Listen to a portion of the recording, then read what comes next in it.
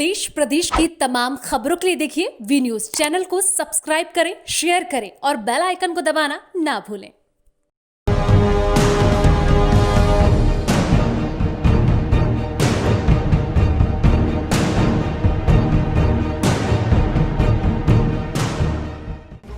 किसान आंदोलन को 19 दिन हो गए हैं। ऐसे में देश का अन्नदाता लगातार डटा हुआ है। वहीं किसानों के समर्थन में संयुक्त किसान मोर्चा गुरुग्राम के लोगों के द्वारा समर्थन दिया गया, जहां उनके द्वारा कृषि कानून वापस करने को लेकर राष्ट्रपति के नाम ज्ञापन सौंपा गया। ऐसे में किसानों के समर्थन में उतरे तमाम सामाजिक कार्यकर्ताओं, किसान संगठन, राजनीतिक पार्टी के वरिष्ठ नेता व वकील द्वारा समर्थन दिया गया।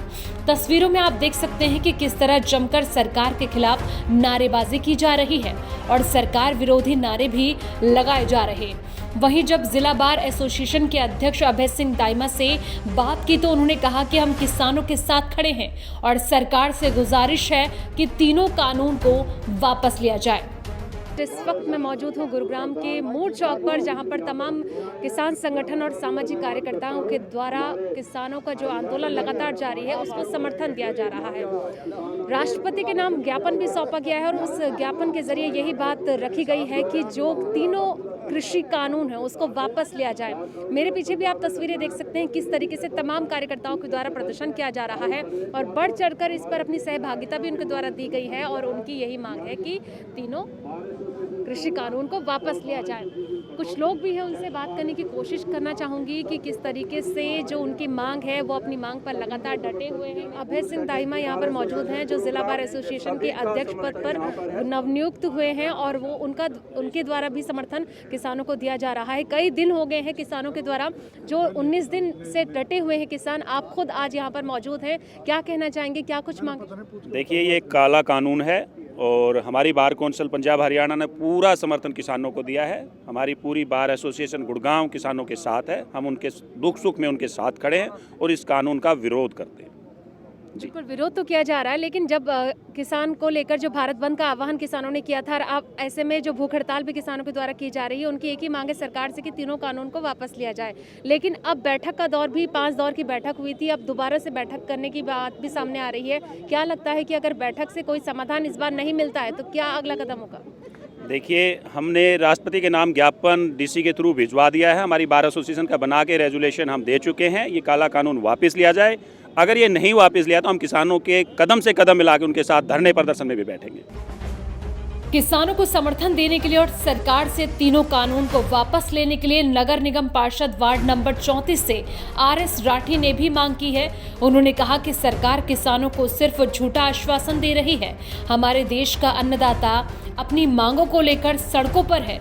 सरकार को कोई न कोई हल जल्द निकालना चाहिए।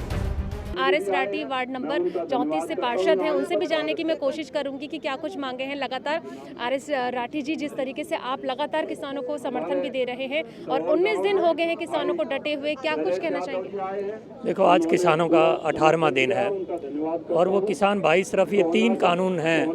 एक ट्रेड कानून है, किसान ये कहते हैं कि हम ट्रेड नहीं करते, मार्केटिंग करते हैं। एक कॉन्ट्रैक्ट फार्मिंग का है, किसान कहते हैं कि हमें कोर्ट के अंदर जाने का औचित्य नहीं दिया आप लोगों ने, इसलिए इस कानून का विरोध कर रहे हैं। एक हमारा एक सरकार का जो कानून है वो होर्डिंग का है, जबकि किसानों के पास होर्डिंग करने के लिए कोई ऐसा रास्ता नहीं है क्योंकि वो बहुत गरीबी में अपना जीवन यापन करते हैं।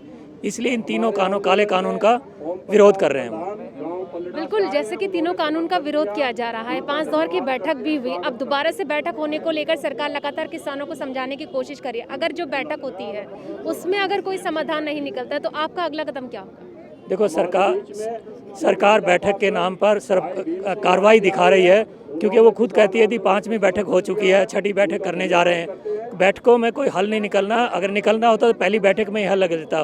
वो सिर्फ टाइम पास कर रहे हैं ताकि किसान यहाँ पर बैठे रहें, उनको थकाने की कोशिश कर रहे हैं। लेकिन हमारे किसान भाई जो परमात्मा से नहीं थकते, जो बरसात से नहीं थकते, वो इनकी सरकारों से क्या थकेंगे? अब ये भी कहा जा रहा है कि MSP को लेकर भी एक कानून बना जाए, मतलब 3 कानून ऑलरेडी पहले से हैं जिसको लेकर खारिज करने के बाद किसान कर रहे हैं कि उसको रद्द किया जाए। अब एक और कानून को लेकर कह रहे हैं कि MSP की जो श्योरिटी है वो दिया जाना बहुत ज़रूरी है, क्या कहेंगे? क्योंकि ये बहुत ज़रूरी है। पहले तो ये कानून रद्द होने चाहिए, उसके बाद एमएसपी इसलिए ज़रूरी है कि वो जब तक दंडनीय अपराध नहीं बनाया जाएगा, तो जब तक एमएसपी लागू नहीं हो सकती। अब की बार किसान ये चाहते हैं कि एमएसपी लिख के दी जाए, और ये कानून बहुत ज़रूरी है। जब तक एमएसपी नहीं दी जाएगी, जब तक किसानों का भला नहीं हो सकता। लेकिन कई दौर की जो बैठक हुई थी उसमें तो ये कहा गया था कि एमएसपी जारी रहेगी, एमएसपी को कोई भी नुकसान नहीं किया जा रहा है सरकार की तरफ से, तो ये बात कही जा रही है। जब ये बिजनेसमैन को लिख के दे सकते हैं तो क्या किसानों के लिए एमएसपी लिख कर नहीं दे सकते? ये सिर्फ इनकी जवाबी बातचीत है, लेकिन ये लिख कर नहीं देना चाहते। सिर्फ कहते हैं कि एमएसपी लागू रहेगी, ऐसे लागू नहीं रहेगी, उसको लिख कर देना पड़ेगा। कुछ सुना आपने किस तरीके से आरएस राठी के द्वारा साफ तौर पे कहा गया है कि हम लगातार डटे हुए हैं, किसान को लेकर समर्थन हमारी तरफ से दिया जा रहा है। Bureau report, V news.